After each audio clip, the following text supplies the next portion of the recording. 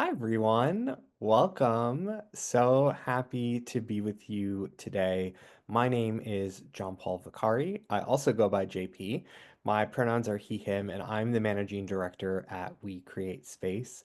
So stoked to have you join us today for our Unlock Book Club with special guest, fabulous author, wonderful human, my dear friend, the magnanimous Jua O'Kane, discussing their book, Road to Chimera.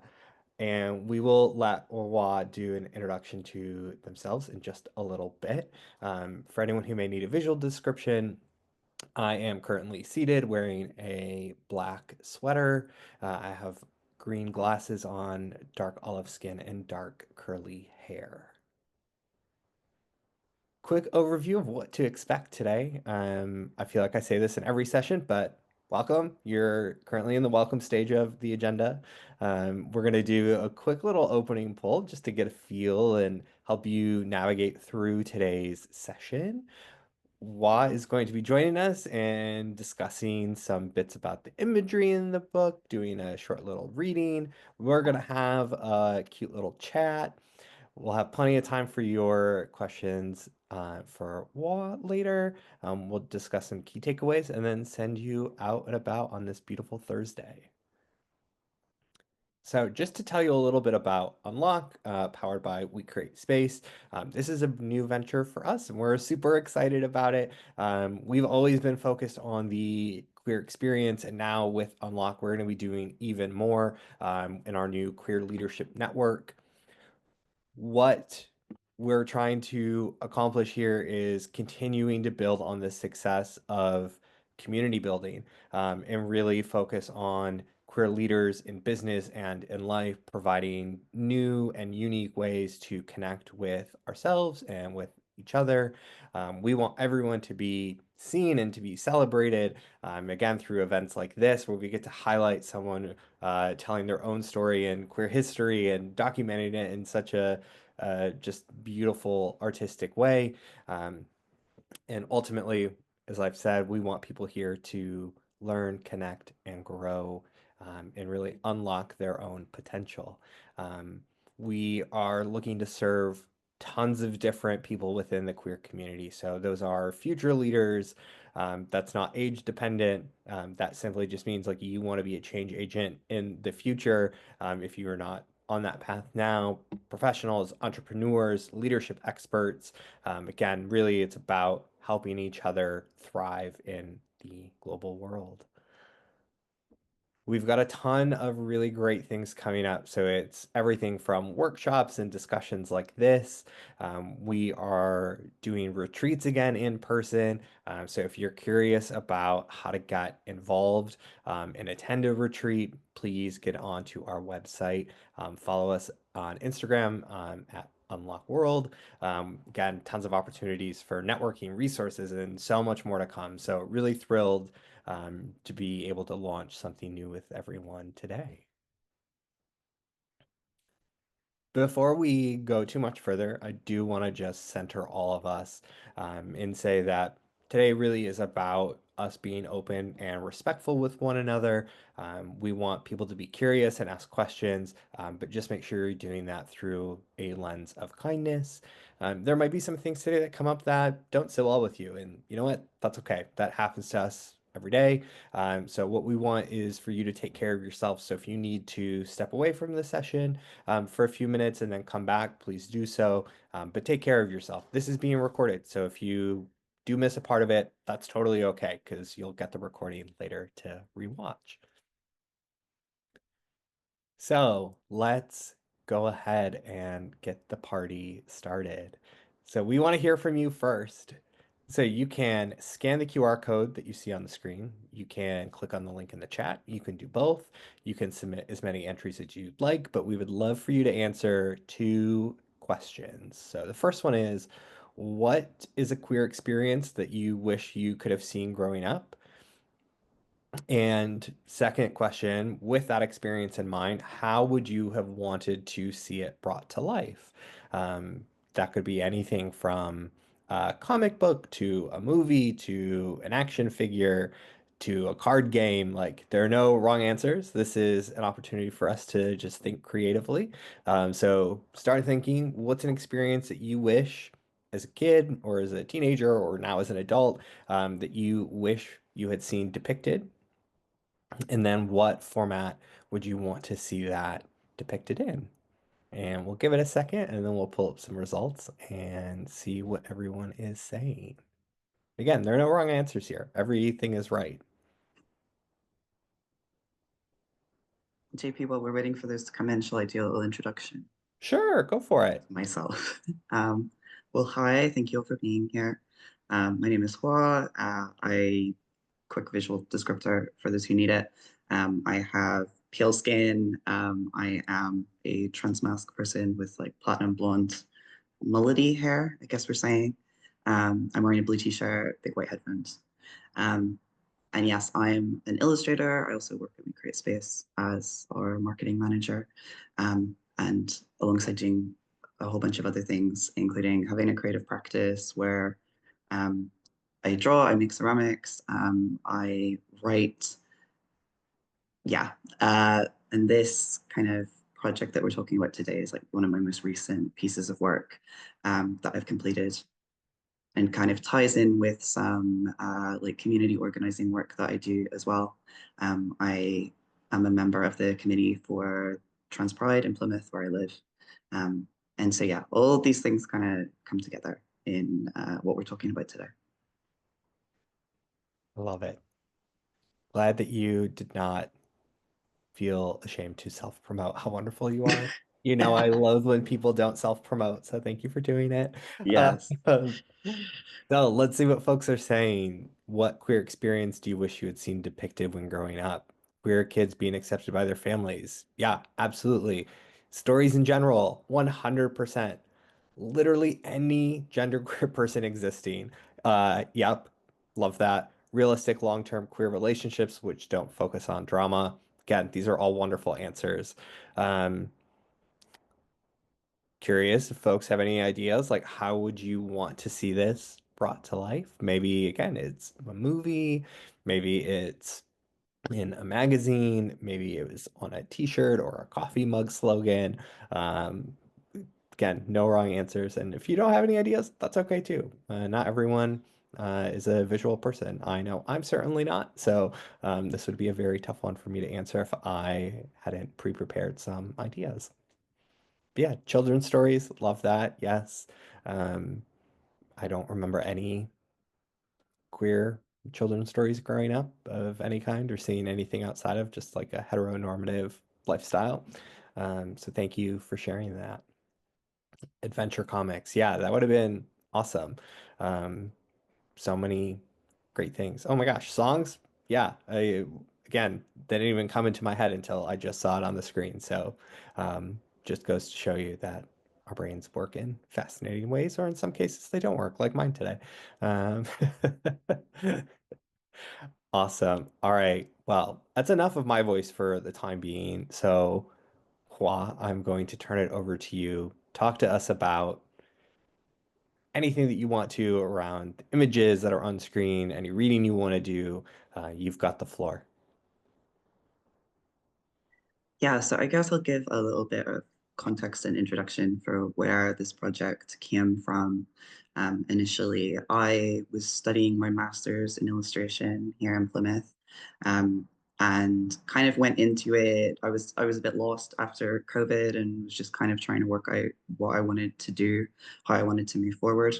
And part of that was about moving back here and trying to establish some sense of community, which I think I'd never really had before. And I'd begun to sort of have when I was studying my BA here. And through the master's, I was kind of looking at the possibilities for illustration as a medium to explore queer and especially trans lives. I think that, you know, if you're a photographer or if you're making a movie and you're having to cast actors, the people that like appear in that piece of media have definite features in the real world. And there's something I think quite exciting about illustration as a medium because we can kind of literally conjure something out of nothing. Um, and there's a lot of possibility there to then kind of depict trans bodies or bodies that couldn't exist in this world, but which maybe feel closer to what a queer body feels like in our head than a body feels like on Earth. Um, and I got to the end of my kind of second module of my master's degree and ended up finally having the money and the time to get top surgery. Um, and I didn't know what I kind of wanted to do with that, but the way that it was timed with my studies, I was looking at autoethnography, which is a process wherein we use personal experiences as a body, a place to kind of compile research.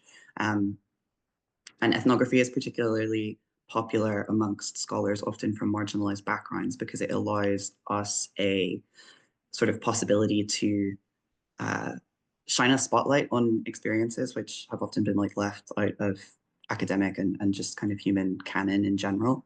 Um, so I had top surgery, and I was making all of these recordings and notes and drawings kind of in the run up to it and afterwards, trying to process the experience. And this story, this sort of image that became like Chimera was the primary thing that came out of that. Um, and it came primarily from this feeling of going through something which I was so scared to do, which I had wanted to do for over 10 years and had never, really had any sense that like, oh, maybe this isn't for me. I knew that I wanted it, but I was still so scared to do it because of the world that I had grown up in, from being exposed to kind of transphobic rhetoric online for most of my adolescence. I couldn't sort of trust myself and my own decision fully because I was so scared that I would get it done and I would somehow regret it because that's what everyone had always told me. Um, and then I had top surgery, and it was, one of the most profound experiences of my entire life. Is incredibly strange to feel like you're coming back home to a body that you've never been in. But that was the experience that I had. And uh, the story that emerged out of this was kind of drawn from the idea of I've been looking at alchemy, and in alchemy, there's a concept of the final sort of amalgamation of like the alchemical project is the rebus, which is this like perfect androgen being. Um, and while I was recovering, I was like, I do not feel like the perfect androgen right now. I feel like a mess. I was itchy and gross and horrible.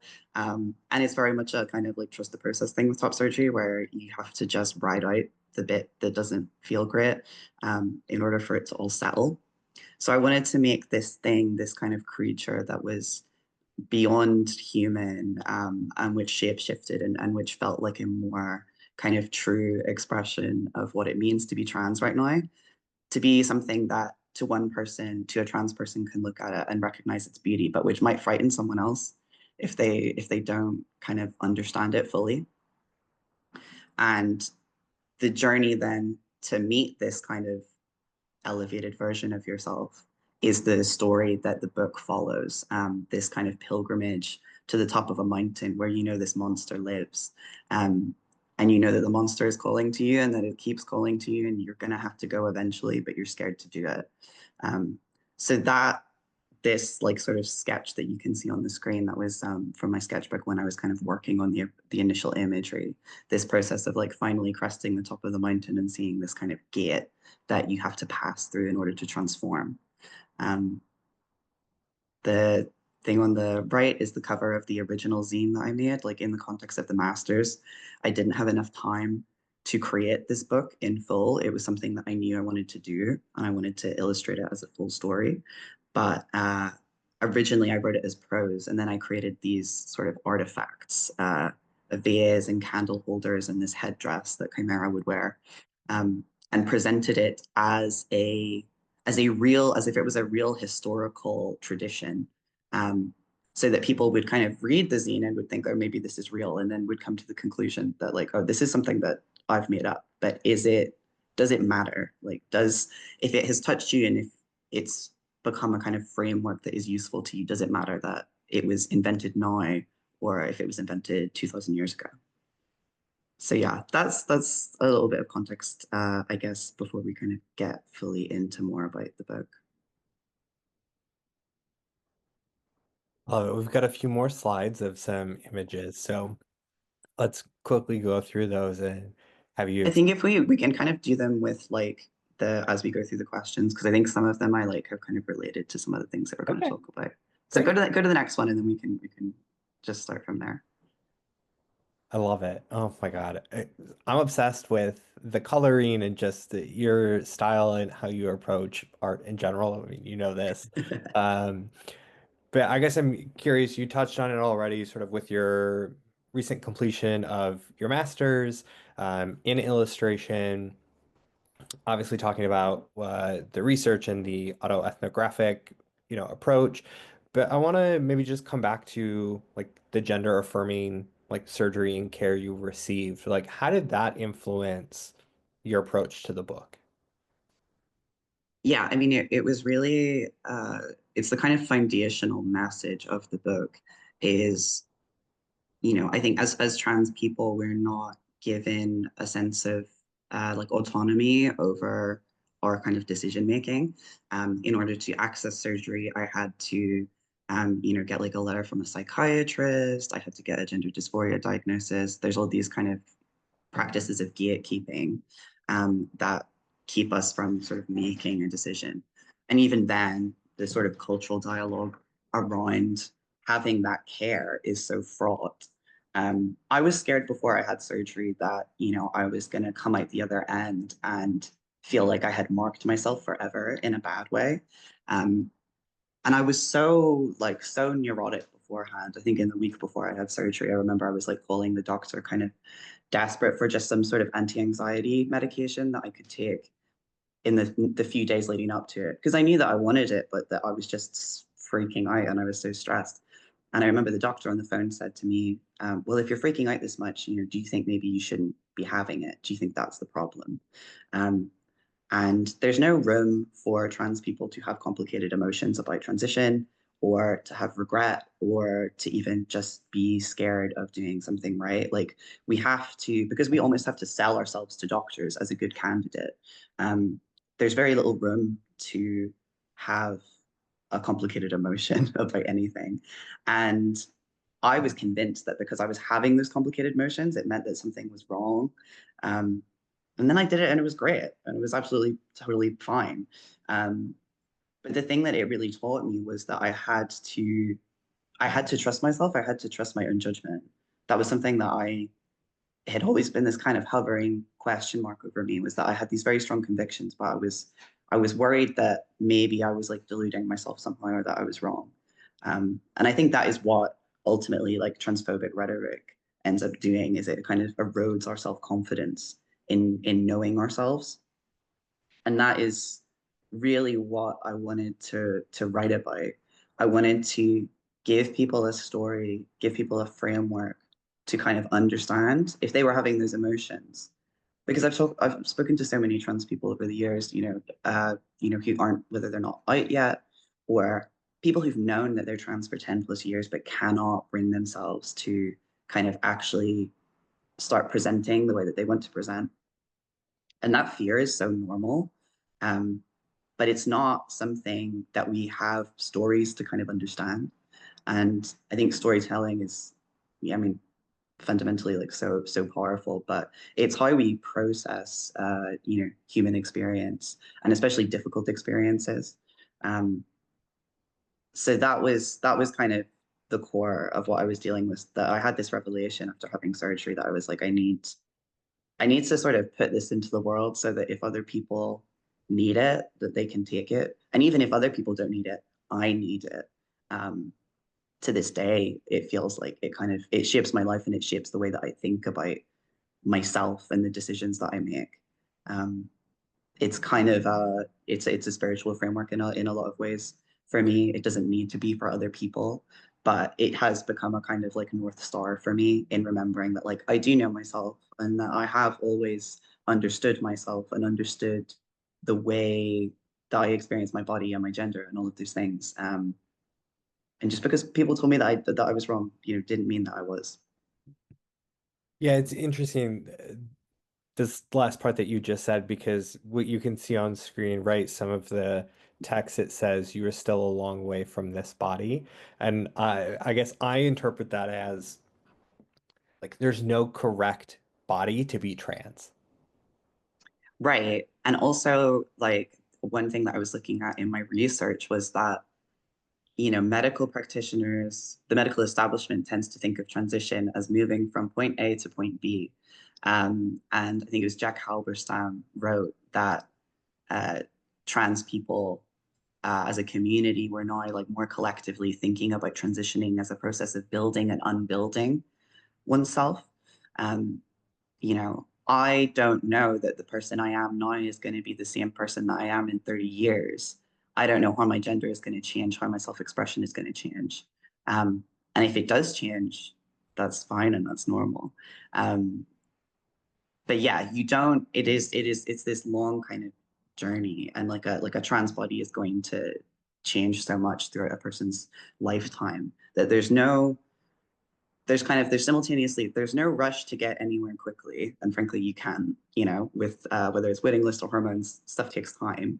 But at the same time you can't kind of deny yourself forever, if it's something that keeps coming up for you, if you keep hearing that call, um, you have to sort of reckon with it eventually. Yeah, and I think it's an important message for cis people like myself, right? To really challenge that like there's not an ideal trans bodies. Like we have seen trans bodies be fetishized and exploited in a numerous, variety of ways. And that's why I kind of really like love that statement exactly as it's written. Like you were still a long way from this body because like that's true for all of us. Like every person's body changes, how we dress changes, it's all an evolution. And so I think it's an important point for other cis people to realize that like it's not like the book isn't just for trans people, right? Like this is also for us to help sort of challenge our notion of what transness like can and does look like. Right. And like I think actually a big part of the book is that I wanted to write something that is not, the word trans is never in there. It is not, made explicit that this is about transness. Um, but my hope would be that a cis person could read this and could, through the power of storytelling, emotionally connect with what it is like to move through the world as a trans person. There's a bit in the book where, one of the kind of, when the character sets out on this journey, they don't have any shoes. And this becomes a problem, as they're traveling, like the road gets kind of rockier and the stones are like cutting into their feet and stuff. And one of my dear friends who's trans and who really helped me get to the point where I was able to have top surgery because he was able to talk through these anxieties with me. He said to me that that image really resonated with him because that is what it feels like to kind of move through the world as a trans person often. That you are maybe walking the same roads as other people, but you don't have the shoes to protect your feet. Um, and so you're, struggling and struggling and the things which are easier for other people are harder for you as a result. Um, I think sometimes, when we tell our stories exactly and sort of the politics of the world like leaks into that, um, it means that if we present something as an allegory, like it can almost be more effective, or it can challenge people who maybe think about trans people in a certain way to maybe view them in a different way, to see it presented not as like a literal story, but as something that maybe they could connect with because it's more metaphorical. Yeah, and I think your visual representation of that checks that box completely. I mean, I think you know this about me. Like, I'm a big reader. I love books. But something like this, which is really sort of light in prose and narration, in text, like really the storytelling happens in the images. And I would love for us to go to the next slide. And let's talk a little bit more about that. Like, what what was the decision, or how did you come up with the idea of relying so heavily on illustration as opposed to like actual text on the page? Yeah. So this page is, I feel, a really good example actually for this because when I wrote the story initially and I presented it in that zine as prose with like these sort of different images of like artifacts and things that I'd made, there were moments like this which I didn't get to kind of put to paper, which I loved so much. And this kind of interaction is based on this character is like sort of an earlier version of me, and then also my girlfriend who's also trans, and our relationship and the way that like being in a romantic relationship with another person, having just a kind of that closeness with another trans person gave me the ability to like start like truly accepting myself as trans, not just like being I and kind of trying to get by, but actually like loving the person that I am.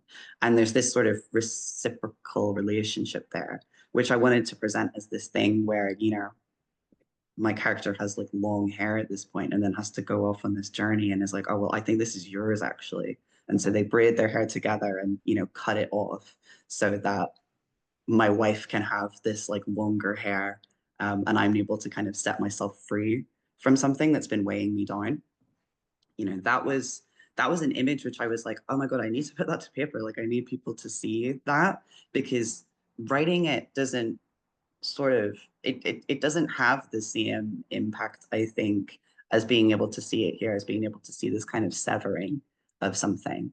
And I mean, I'm an illustrator, you know, by trade. I love illustration. And I wrote a lot as a child.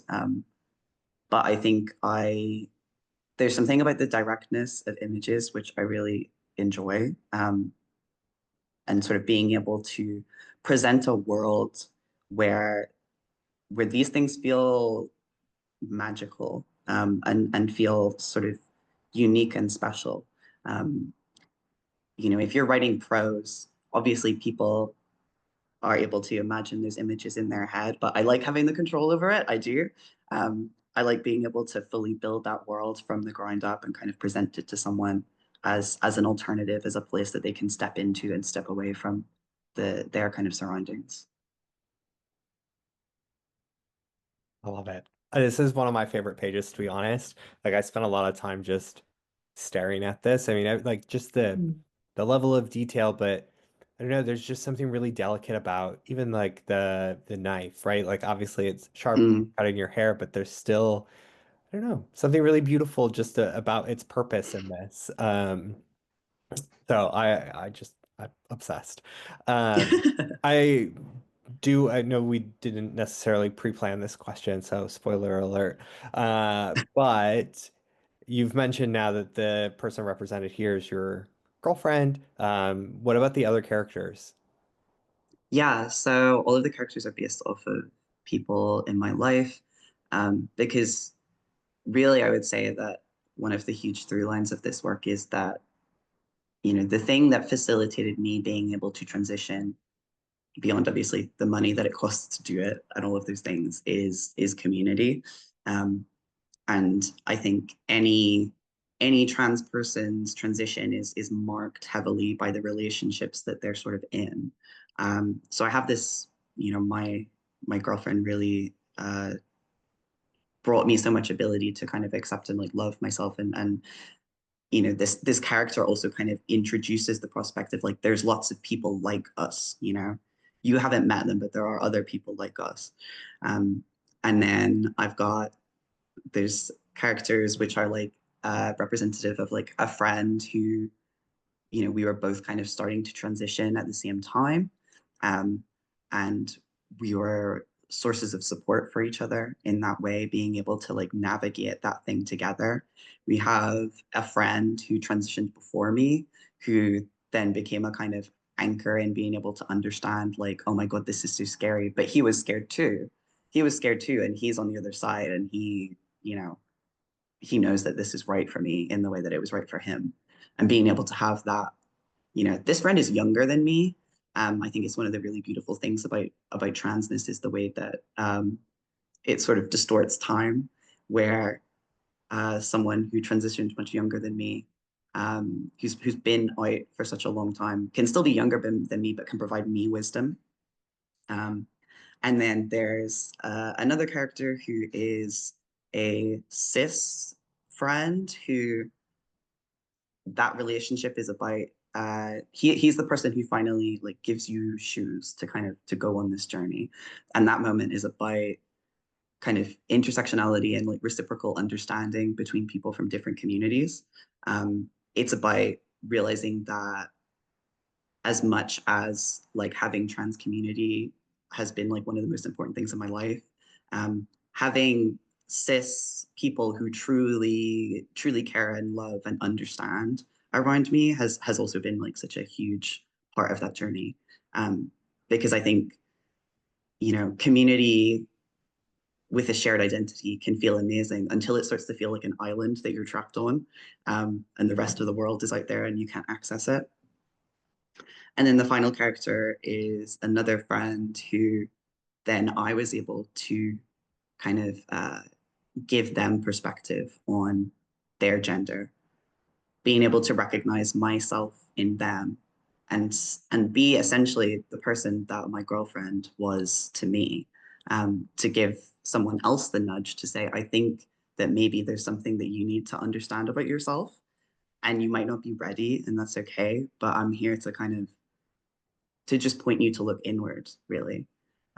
So yeah, these are all these characters, all these kind of archetypes, are meant to be sort of representations of those different roles that we maybe need fulfilled in our transitions. Yeah, thank you for sharing that. I think it's very helpful for future readers of the book. Uh, and I mean, look, at the end of the day, like we all need other people. I think that's a lesson I keep learning time and time again that like community is an important thing, sort of regardless of where it exists and how you need to leverage it.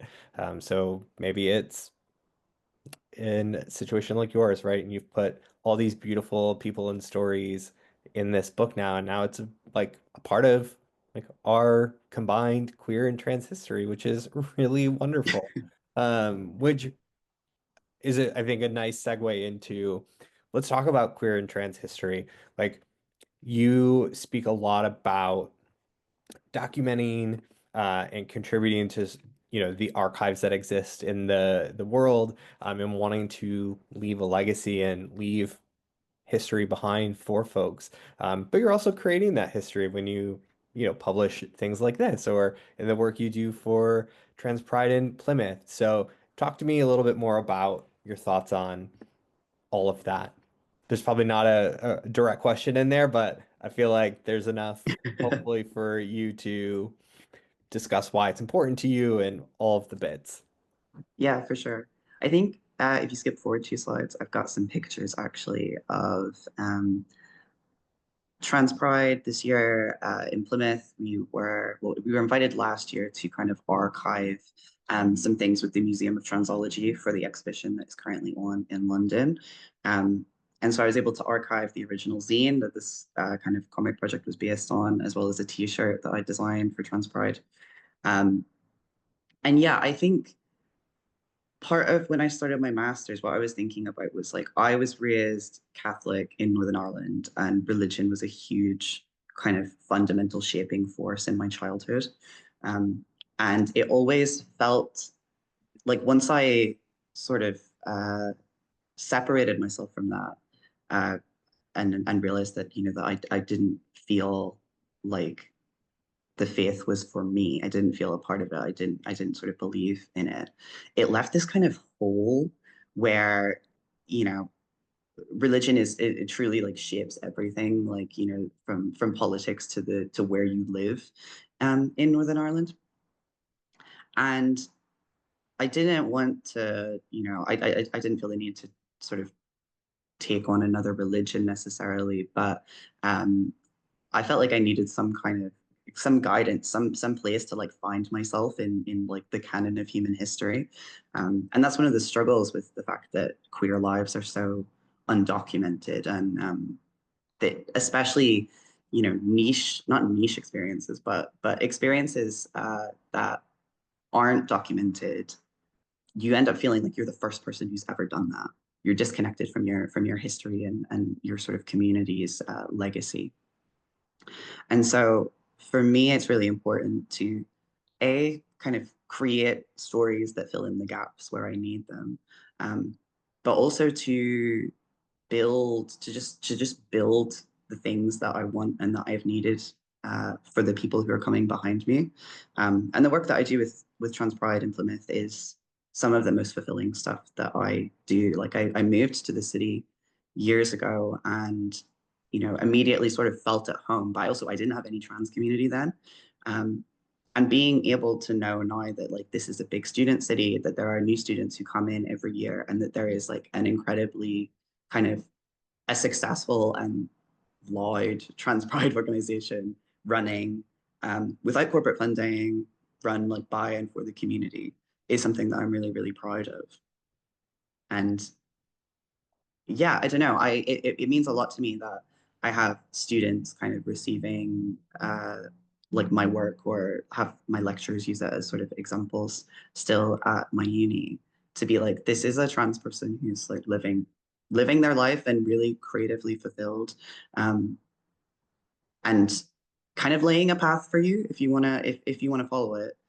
I didn't have that, and it feels very valuable to be able to try and do that for people behind me, to even just as a source of inspiration, let them kind of jump off from that. One of the main inspirations for this book was The Beatrix Gates by Rachel Pollack. Rachel was a trans woman who was a really prolific sci-fi writer, um, and also really into tarot. She wrote some very important books about tarot. And reading her book, The Beatrix Gates, was the first time that I felt like I was a part of a lineage. Like I understood myself in the context of trans people from many many years ago. Um, so I hope that can be someone's Rachel someday, that they like read this and they're like, oh well, I need to do my thing now. I need to like write my story like this. I certainly hope so too. I have another question for you, but we're also at that point where the audience can jump in, ask some questions. You can put them in the chat. You can add them to the Q&A. Want to make sure we get through as many of them as possible. So put your thinking caps on. Maybe you already have a question. Get it in there. We will get to it. Um, but I feel like maybe one thing we didn't cover that I think is probably important is like, what is a chimera? What was the origin of using that as the reference point? Um, Tell us about that, and then hopefully some folks will have other questions. Yeah. If you go back one slide, there's actually the first drawing that I ever did, essentially, of Chimera. This was in a little tiny sketchbook that I was keeping for while I was doing the sort of initial like research stuff for this project while I was in recovery. And yeah, I was thinking about that sort of image of like the divine androgyne, and I was like, oh, I feel like this kind of like mangled, like strange in between thing. I feel, like I'm becoming something, like, like there's this sort of like process of growth and change happening in within me, and it's uncomfortable. Like my recovery from top surgery wasn't that bad. I wasn't in that much pain. I was mostly just really itchy. Um, and I felt gross. I felt kind of yucky and tired. Um, and it's going through that sort of process of waiting and waiting and waiting to do something, and then you have surgery, and it's not super glamorous.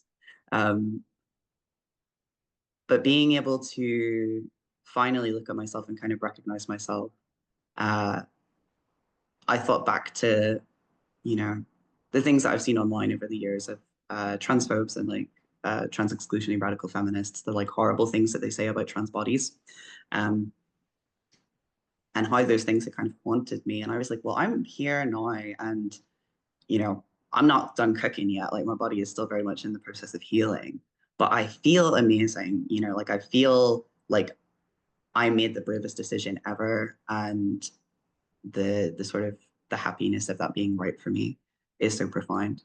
And so Chimera is this kind of idea that like I'm gonna spend my whole life becoming this person, becoming this like being, this thing that is sort of beyond human form. Um, because even now, like sometimes I paint my face blue and I'm like, oh, that feels more like me than like just regular human me does. Um, and so Chimera is, I guess, this kind of ideal of a not necessarily even like a trans body, but of like a person truly able to like be and live in themselves and understand themselves to be right, regardless of whether they kind of whether that scares other people, whether that's difficult for other people. Before I kind of accessed medical transition, I feel like I used to care so much more about being misgendered, about how other people perceived me. And, even so now, I've been on testosterone for maybe like coming up to 2 years. I've had surgery for just a bit over that. And I still get misgendered, and I just have never cared less in my entire life. I feel so happy being the person that I am. Um, and so that's kind of what like chimera represents to me. It's that, the word originally obviously comes from the kind of the Greek myth, and it's a being that's meant to be a sort of it's got like a lion's head and like a snake's tail and wings and stuff. It's this kind of mishmash of different things. So that's the sort of etymology of the phrase was that I wrote in that sketchbook. I think it's the page before that one that I was like, oh, I don't feel so much like a divine androgyne as I do feel like a chimera. Um, and it just stuck. Yeah. From that point, it just kind of unfurled out onto the pages, and I wrote, I think, um, the first couple pages in that book, and it did feel more like I was uncovering something that was already there than it was that I was writing something new. All of that. I have a question from the audience that I want to get to. Um, Yeah. that they asked, like, what was one of the biggest challenges that you had to overcome, and what was the publishing process like? But I'm gonna add my own flair to it and say, besides the itchiness, what was the biggest obstacle? It was the psychological barrier, definitely, of just worrying that I was making the wrong decision, even though I knew that it was something that I needed. Um, in terms of the book, the hardest thing was just that like building the process, the creative process to like finish a project like this was so difficult. Um, it's taken me years, I feel like, to get to the point where I was like ready to work on a long project like this. And then suddenly, like I knew I was like, wait, I know this story inside out. Like I when I get back to making comics, how am I going to do it? I'm just going to draw this because I know how to draw it. I know what every single instance of it looks like. I can picture it in my head. Um, what was the other thing? The publishing process. Okay, so yes, this is something that I wanted to talk about. I'm self-publishing this book. And I think that self-publishing is, I mean, I read this the other day that, I mean, it's having a huge moment with like, especially with like Kindle, like ebooks, all of that. Have physically self-published this because I love a physical book.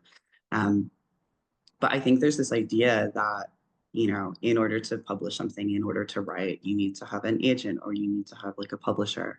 And I come from the illustration scene where, people make zines, and I spent all my uni time like making mini publications and just putting them out there and selling them at markets. Um, and I think especially now, considering the sort of that culturally politics is leaning towards the right, books are getting like banned, especially in the US in schools. You have the power to disseminate whatever you want. Um, and there's so much opportunity to do it. There's never been more opportunity to do it. In terms of this book, like I've spent a bunch of time just like reaching out to bookshops that I like, being like, hey, do you want to sell some copies? And generally they're like, yeah, sure, we'll take some. Um, you don't have to sit and wait around for, some kind of big publishing conglomerate to tell you, oh yeah, okay, we're ready to publish this. Because if I brought this to a publisher and they tried to make me change anything about it, I would have been like, nah, like this is my thing. It's more important to me that this goes out into the world the way I see it than it is for it to be like commercially viable. Um, so yeah, do it without a publisher is my answer. Obviously do it with a publisher if you've got that available to you. But it's also a stepping stone, if needs be. Yeah, thank you for that. And I think it also speaks to what we were talking about earlier around documenting queer history. Like, we don't need permission from anyone to do it. Like, we don't need a book deal or, to your point, an agent.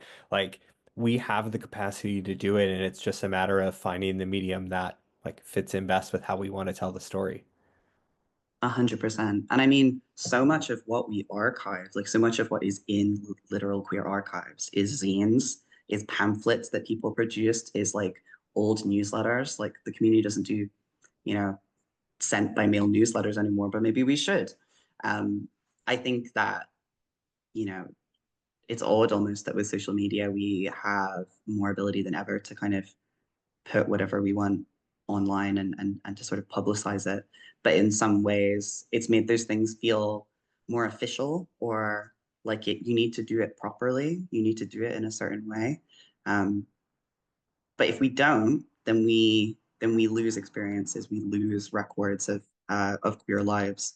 Um, and you don't need to someone to tell you that your experience is like legitimate and therefore it should be archived. We have so much to catch up on, so much that our community like needs to be documented. Yeah, I could not agree more with that. We have another audience question, and I think it's the Yeah. question on everyone's lips. What's next? What are you gonna What's do? next? What are you gonna do with this? Uh Like, obviously, you're distributing, you're selling, you're talking about it. Um, this person said, I can totally see this as an animated film. Agreed. Like, is that something that, like, would you, like, if you were approached and you got to do that, is that something you'd consider? Tell us what's up. yeah, man, that would be crazy. I can't even imagine. Like, but it is, yeah, it's one of those things that like I think it would look beautiful in movement. Um, I would absolutely have to learn to like let go of some control on it because which would be difficult, I think. In terms of my own plans, I my girlfriend and I are like co-writing another comic that we're planning to get out in November this year, which is about like queerness kind of told through the lens of horror. It's like a coming of age story and the sort of scariness of feeling your own queerness kind of creep up on you when you're not ready for it. So I think for me, this book was almost like a test run to be like, can I do this? Because, I think after COVID and like doing my master's, like I was sort of like, oh, I just don't know if I have it in me to do this kind of storytelling anymore, which is so stupid because I'm like literally about to turn 27, like I got plenty of time. Um, so yeah, I've got so many books and things that I want to do. I've got a project that I really want to work on that's kind of directly relating with the history of Plymouth as the sort of point in which like the Mayflower left to obviously go and colonize America and do a whole bunch of terrible stuff. But I want to kind of do a twist on that that's about like a trans empire and scary fish people. So I have more things that I want to do than I have time to necessarily do them. But yeah, I'm also really excited to just kind of do more work. I think directly working with like my community here and also like hopefully across the UK more. Because yeah, seeing like trans people just like thriving and doing like fun creative things is basically the best thing ever.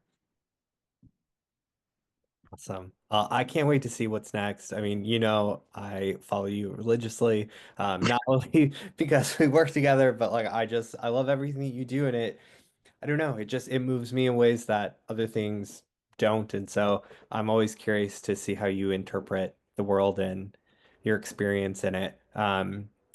We're That's so coming sweet. up Thank to you. the end of our time. However, we still have time for some questions if people have any. Would love for you to ask any last minute ones. I also know you prepped some takeaways for the audience from our discussion. So would love for you to chat through those while people, if you've got any last minute questions, get them in and we will ask them. Yeah, okay. So yeah, if the story you need doesn't exist, then seize the opportunity to write it because that is, I think that's what I did with this, and it was one of the most like empowering things ever. I think to just be like, there's nothing to help me through this, so I'm gonna make it, and then hopefully someone else can have it in the future. Um, and yeah, second one, if you're kind of struggling with wanting to make something, and you've got this feeling of, oh my God, I want to do this, but I can't. Like, I just physically can't get it down on paper. Think about the kind of the methodologies that you maybe haven't built yet that you need to get there. Whether it's kind of you need like the support network of like other people who are also working on projects, like maybe you can start a kind of creative circle around that where you keep each other accountable. Maybe you need a co-writer, maybe you need an editor. I had my wonderful friend Charlie Kaywood helped me edit this, and it's the first time that I've ever worked with someone kind of formally editing my work, and it was just a huge eye opener to be like, oh, I can tighten this up, I can make this better, and it was yeah really helpful. And then the gaps in queer history and archive will not be filled in on their own. We're all accountable, so get archiving, get making stuff. I think sometimes it's really hard to move past the feeling of like this isn't important enough to be documented, but it is. Cishet people are documenting shit all the time, um, the most boring stuff ever. So you need to you need to start documenting your cool, fun, queer trans lives. I love it. I think especially thinking back to like the start of social media, I'm old enough to remember the start of it, where it was just like all you could post on Facebook was like what you were doing. So it'd be like John Paul is this, and it's like, yeah, I was Yeah, documenting my own queer history when I was just going to get like a cheeseburger and some fries, like it doesn't have to be anything super extravagant. Like it could be as simple as just documenting your day. Like that's the type of stuff people want. They want to know what life is like for queer people. So right. don't hesitate. We did get another question while I was rambling. So, someone wants to know what was your favorite part of the process? What was my favorite part of the process? I had a like deadline for like a sort of big market that we do locally that I was trying to get this book done for. And so I spent the first like 2 months of this year just absolutely crunching it every day after work. Um, my favorite part of this, so maybe my favorite part of the process was it being done. But no, I think it was the feeling of satisfaction that I finally did something that I just didn't believe that I could do for a long time. And I feel like that's the thing that I always come back to in my life. It's kind of the through line of this story and of everything that I do is that every time I've thought I couldn't do something, I've done it. Um, and so now I'm at the point where I've probably gone too far the other way. I just believe that I can do literally anything that I want to do. Um, because how many times have I proven myself wrong? Like a million. Um, and yeah, seeing this kind of come together and it be a fully realized start to end like visual thing uh, has been great, great satisfaction. Um, and to have people, around me who have read it react to it so strongly has been just amazing beyond words. Yeah. I want to reflect that back to you as someone who has known you now for 2.5 years. Watching you grow into this version of yourself has just been so wonderful. And I'm so honored that I got to have this discussion with you about a project again that you were talking about forever ago. And I have so much pride for you for accomplishing this and all of the really just amazing things that you continue to do in your local community as well. So please receive that all Stop. of the love it is met with. Audience, we want to know from you what's one thing you've heard today or learned that you're going to take away and put into action. Feel free to drop that in the chat. I know Neil has also put in the survey link, so please take our survey. Your feedback is really, really important to us. We want to know how to make these events even better. So when you have a chance, complete that. The link is in there. We'll pull up the QR code in a second, but tell us your takeaways. For me, it's document more, like document more of my own history, and find a way to share it. Like I think it's again, it really just underscores the importance of queerness and like visibility that we need in a world that seemingly goes in uh, waves of support and appreciation of us. So not Yeah, when wait I any think about longer. things I've seen where like photo booth photos of like queer couples from uh like a long time ago, you know, those are things which they like took in the moment as like a kind of probably like silly fun, like we're having a cute moment together. But they feel so profound to look back on.